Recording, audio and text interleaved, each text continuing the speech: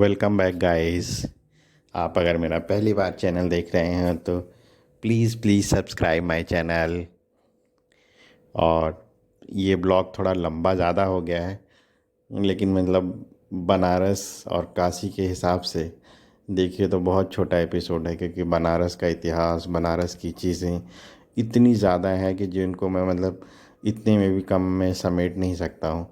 लेकिन फिर भी मैंने कोशिश की है काटने की, बहुत काट काट के ही इतना बनाया हुआ है। आप एंजॉय करिए। ये सुबह के 4 बज रहे थे और हमारी ट्रेन धीरे धीरे बनारस में प्रवेश कर रही है और गंगा जी को तस्वीरें दिखने लगी।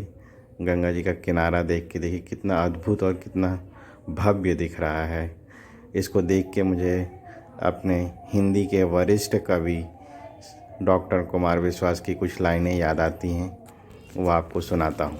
खिलौने साथ बचपन तक, जवानी बस रवानी तक, सभी अनुभव भरे किस्से, बस बुढ़ापे की कहानी तक। जवानी में सहारे हैं सभी बस जिंदगी भर के, मगर ये जिंदगी के आखिरी पल का सहारा है। ये गंगा का किनारा है, ये गंगा का किनारा है। लीजिए, हम लोग बनारस स्टेशन पे आ गए, हमारी ट्रेन भी आ गई। बनारस अर्थात काशी या वाराणसी या बहुत लोग इसे मंदिरों का शहर, भारत का धार्मिक राजधानी, भगवान शिव की नगरी, दीपों की नगरी, ज्ञान की नगरी आदि उपनामों से भी संबोधित करते हैं। काशी जो कि अविनाशी है, जिसका ना तो आदि है ना अंत है, ये तो भगवान शिव की नगरी है जो भोलेनाथ ने बनाई है। यहाँ पे लोग मोक्ष प्राप्ति के लिए आते हैं। ये भगवान भोलेनाथ की और माता पार्वती का निवास स्थान है।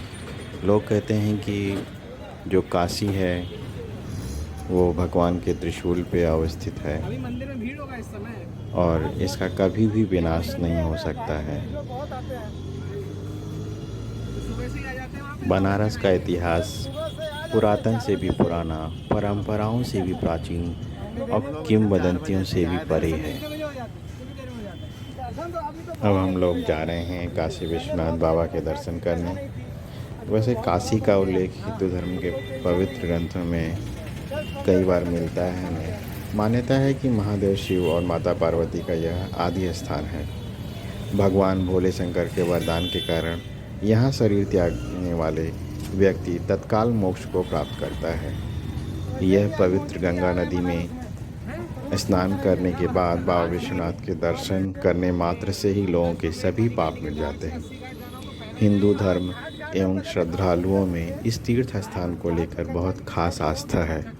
इसी आस्था को मिटाने के लिए विदेशी आक्रमणकारियों ने कई बार बाबा विश्वनाथ के मंदिर को तोड़ने की, मिटाने की बहुत कोशिशें की हैं, जिसमें से सबसे पहले आक्रमणकारी मोहम्मद गोरी ने इसे 1194 में लूटने के बाद काफ़ी तोड़ दिया था, जिसका कि पुनर्निर्माण कराया गया। लेकिन जौनपुर के सुल्तान महमूद शाह ने इसे दोबारा तोड़वा दिया। इसके बाद अकबर के नौरत्नों में से एक राजा टोडरमल ने 1585 ईस्वी में इसका पुनर्निर्माण कराया। यहाँ बाबा विश्वनाथ के भव्य मंदिर को देखकर मुग़ल शासक शाहजहाँ को जलन होने लगी थी और उसने 1632 ईस्वी में इसे तोड़ने के लिए फिर से सेना भेज दी। हिंदुओं के प्रतिरोध के कारण मुग़ल सेना मुख्य विश्वनाथ मंदिर को तो तोड़ नहीं सकी, लेकिन काशी के 63 अन्य मंदिरों को तोड़ दिया। शाहजहाँ के विफल रहने के बाद मुग़ल शासक औरंगजेब ने 18 अप्रैल 1669 ईस्वी को काशी विश्वनाथ मंदिर को ध्वस्त कर दिया, एक मस्जिद बनाने का आदेश दिया और इसके बाद यहाँ पे ज्ञानव्यापी मस्जिद का निर्माण कराया। इस आदेश की एक कॉपी कोलकाता में आज भी सुरक्षित है। उस समय के लेखक साकी मुस्तैद खां के मस्जिद आलमगीरी में इस ध्वंस का वर्णन है। औरंगजेब का आदेश पर यहाँ पर मंदिर तोड़कर एक मस्जिद बना दी गई थी। बार बार मंदिर तोड़े जाने से हिंदुओं में काफ़ी नाराज़गी थी। सन 1752 ईस्वी के बाद मराठा सरदार दत्ताजी सिंधिया और मल्हार राव होलकर ने मंदिर को मुक्त कराने के कई प्रयास किए, लेकिन उस समय काशी पर ईस्ट इंडिया कंपनी का राज होने से मंदिर के पुनर्निर्माण का काम रुक गया। आखिरकार इंदौर की महारानी अहिल्याबाई ने 1777 ईस्वी से 78 ईस्वी के बीच इस मंदिर का जीर्णोद्धार कराया। अहिल्याबाई होलकर द्वारा वर्तमान विश्वनाथ मंदिर बनवाने के बाद 1835 ईस्वी में पंजाब के महाराजा रणजीत सिंह ने इसके शिखर पर सोने का एक छत्र बनवाया। इसके बाद यहाँ नेपाल के राजा ने काशी विशाल मंदिर की भव्य स्थापना करवाई। आधुनिक रूप देने का काम प्रधानमंत्री श्री नरेंद्र मोदी ने किया है। वाराणसी के सांसद और प्रधानमंत्री मोदी के नेतृत्व में श्री काशी विश्वनाथ कॉरिडोर श्रद्धालुओं के लिए अपनी भव्यता को एहसास कराने की पूर्णतया तैयार हो चुका है। सोच रहा हूँ अब थोड़ा सा मैं आपको काशी के इतिहास के बारे में जानकारी दे दूँ। गंगा के तट पर बसा काशी बड़ी पुरानी नगरी है। इतनी प्राचीन नगर संसार में बहुत ही कम है। वाराणसी का मूल नाम जो था काशी था। पौराणिक कथाओं के अनुसार काशी नगर की स्थापना हिंदू भगवान शिव ने लगभग 5000 वर्ष पूर्व में की थी, जिस कारण ये आज एक महत्वपूर्ण तीर्थ स्थल है। इन हिंदुओं के पवित्र सप्तपुरियों में से एक है। स्कंद पुराण, रामायण, महाभारत सहित प्राचीनतम ऋग्वेद में नगर का उल्लेख मिलता है। सामान्यतः वाराणसी शहर का कम से कम 3000 वर्ष प्राचीन माना जाता है। नगर प्राचीन काल में मलमल, रेशमी कपड़ों, इत्र, हाथी दांत और शिल्प कला के लिए विख्यात था। गौतम बुद्ध के जन्म 567 ईसा पूर्व के काल में वाराणसी काशी राज्य की राजधानी हुआ करता था। प्रसिद्ध चीनी यात्री वेन शांग ने नगर को धार्मिक, शैक्षणिक एवं कलात्मक गतिविधियों का केंद्र बताया और इसका विस्तार गंगा नदी के किनारे 5 किलोमीटर तक लिखा है। वरुणा और असी नदी दोनों के बीच के क्षेत्र को वाराणसी के नाम से भी जानते हैं। द्वापर युग में महाभारत पूर्व मगध में राजा जरासंध ने राज्य किया और काशी में भी उसी साम्राज्य में समा गए। आर्यों के यहाँ कन्या का विवाह स्वयंवर के द्वारा होता था। एक स्वयंवर में पांडव और कौरवों के पितामह भीष्म ने काशी नरेश की 3 पुत्रियों अम्बा, अंबिका, अम्बालिका का अपहरण किया था। इस अपहरण के परिणाम स्वरूप काशी और हस्तिनापुर में शत्रुता हो गई थी। महाभारत युद्ध में जरासंध और उसका पुत्र सहदेव दोनों काम आए। कालांतर में गंगा की बाढ़ ने पांडवों की राजधानी हस्तिनापुर को डुबा दिया। तब पांडव वर्तमान प्रयागराज जिला के यमुना किनारे कौशाम्बी में नई राजधानी बनाकर बस गए। उनका राज्य वत्स कहलाया और काशी पर मगध की जगह अब वत्स का अधिकार हो चला था। उपनिषद काल में ब्रह्मदत्त नाम के राजकुल का काशी पर अधिकार हुआ। उस कुल में बड़े पंडित शासक हुए और बाद में ज्ञान और पंडिताई ब्राह्मणों से क्षत्रियों के पास पहुंच गई। इनके समकालीन पंजाब में कैकेयी राजकुल में राजा अश्वपति था। तभी गंगा यमुना के दोआब में राज करने वाले पंचालों में राजा प्रवहण जयवली ने भी अपने ज्ञान का डंका बजाया। इसी काल में जनकपुर में मिथिला में विदेहों के शासक जनक हुए, जिनके दरबार में याज्ञवल्क्य जैसे ज्ञानी महर्षि एवं गार्गी जैसी पंडित नारियों शास्त्रार्थ करते थे। इन्हीं के समकालीन काशी राज्य के राजा अजातशत्रु हुए। ये आत्मा एवं परमात्मा के ज्ञान के अनुपम था। ब्रह्म और जीवन के संबंध पर, जन्म और मृत्यु पर, लोक पर, परलोक पर तब देश में विचार हुआ करते थे। इसीलिए इस काल खंड को उपनिषद काल कहते हैं। हाँ ये तो इस तरह महाजनपद युग में युग बदलने के साथ साथ ही वैशाली और मिथिला के लिच्छुओं में साधु वर्मन महावीर हुए, कपिलवस्तु में, शाक्यों में गौतम बुद्ध हुए। उन्हीं दिनों काशी का राजा अश्वसेन हुए, नहीं अभी तो रानी वामदेवी थी। इनके यहाँ पार्श्वनाथ का जन्म होता है, जो जैन धर्म के अपने 23वें तीर्थंकर हुए। उन दिनों भारत में 4 राज्य प्रबल थे, जो एक दूसरे से जीतने के लिए आपस में बार बार लड़ते रहते थे। ये राज्य थे मगध, कोसल, वत्स और उज्जैनी। कभी काशी वत्सों के हाथ में जाती तो कभी मगध और कभी कौशल। पार्श्वनाथ के बाद बुद्ध से कुछ पहले कोसल श्रावस्ती के राजा कंस ने काशी को जीतकर अपने राज्य में मिला लिया।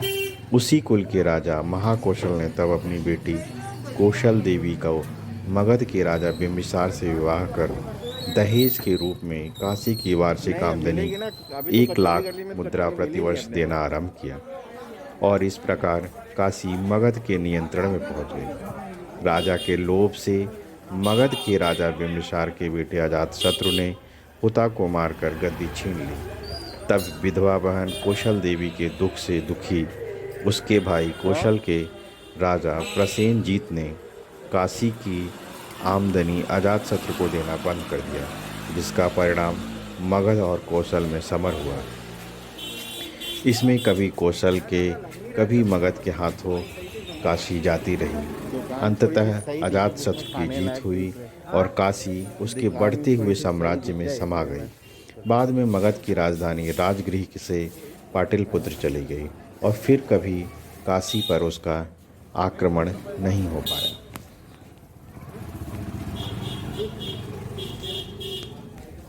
आधुनिक काशी राज्य वाराणसी का ब्राह्मणों का राज्य बना। भारतीय स्वतंत्रता के उपरांत अन्य सभी रजवाड़ों के समान ही काशी नरेश ने भी अपने सभी प्रशासनिक शक्तियों को छोड़कर मात्र एक प्रसिद्ध हस्ती की भांति ही रहना आरंभ किया। वर्तमान स्थिति में ये मात्र सम्मानी उपाधि रह गई है। काशी नरेश का रामनगर किला वाराणसी के शहर के पूर्व में गंगा नदी के तट पर बना हुआ है। काशी नरेश का एक अन्य किला चेत सिंह महल शिवाला घाट वाराणसी में स्थित है। यहीं ब्राह्मण महाराजा चेत सिंह को ब्रिटिश अधिकारी ने 200 से अधिक ब्रिटिश सैनिकों के संग घेर कर मार गिराया था। रामनगर किला और इसका संग्रहालय अब बनारस के राजाओं के सम्मान में एक स्मारक बना हुआ है। इसके अलावा 18वीं शताब्दी से ये काशी नरेश का आधिकारिक आवास बना हुआ है।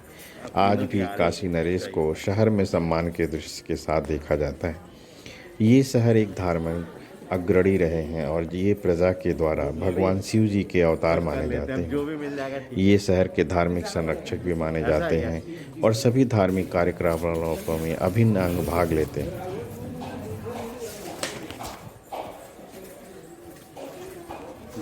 डॉक्टर विभूति नारायण सिंह भारतीय स्वतंत्रता पूर्व के अंतिम काशी नरेश थी।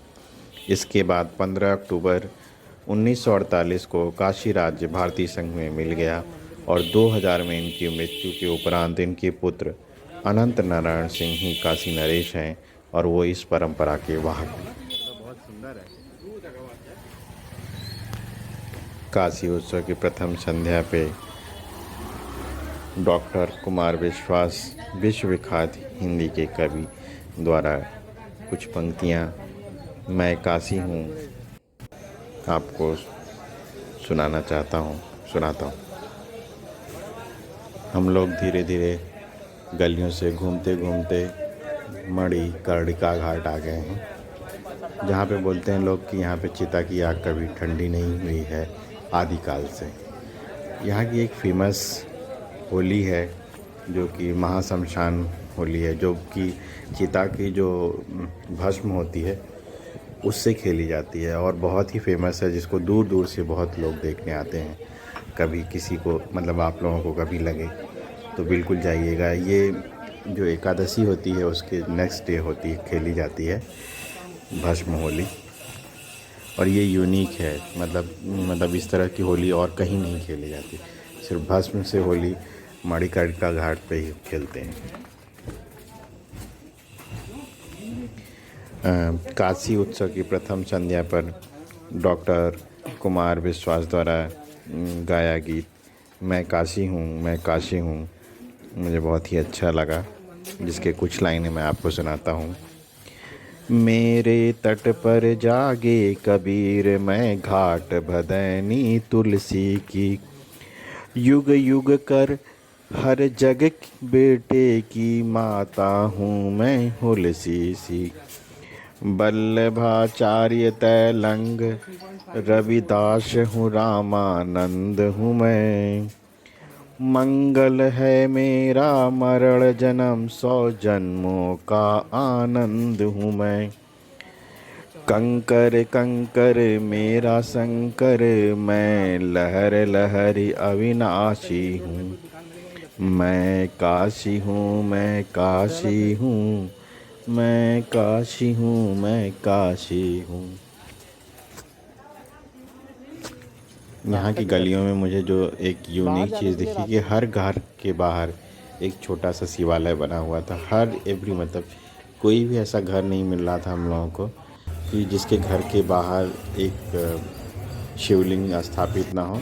और सबसे अच्छी बात थी कि शिवलिंग मतलब बाहर छोटे से मंदिर जैसा स्टाइल में बने हुए थे कि मतलब उसमें कोई भी पूजा कर सकता है, मतलब कि घर वाले के अलावा घर वाला तो घर वाले को भी अगर पूजा करनी है तो वो घर के द्वार से बाहर आएगा और शिव जी की पूजा कर सकता है, और उस गली में कोई भी पूजा कर सकता है।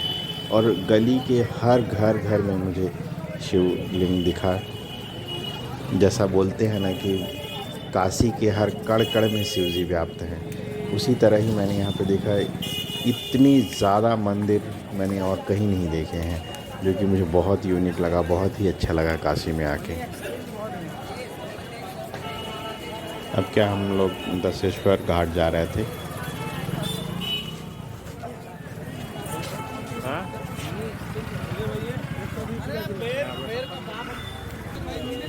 बनारस में क्या कुल 88 घाट हैं, जिसमें से 2 अपने शमशान घाट हैं जहाँ पे चिताएं जलाई जाती हैं, और वो हैं राजा हरिश्चंद्र घाट और दूसरा है मणिकर्णिका घाट।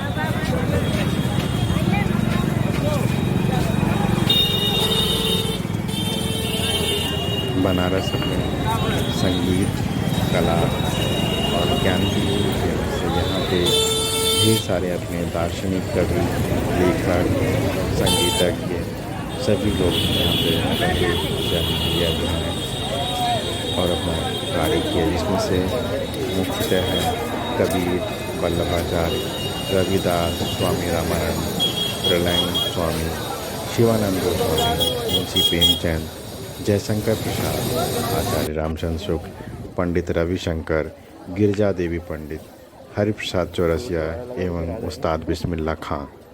बोलते हैं कि यहाँ पे हर गली गली में आपको पद्म विभूषण और पद्मश्री के लोग मिल जाएंगे, क्योंकि ये हमेशा ही ज्ञान की नगरी रही है। गोस्वामी तुलसीदास जी ने यहीं पे ही हमारे हिंदू धर्म का परम पूज्य रामचरितमानस की रचना की थी। गौतम बुद्ध ने अपना प्रथम प्रवचन भी यहीं निकट सारनाथ में दिया था।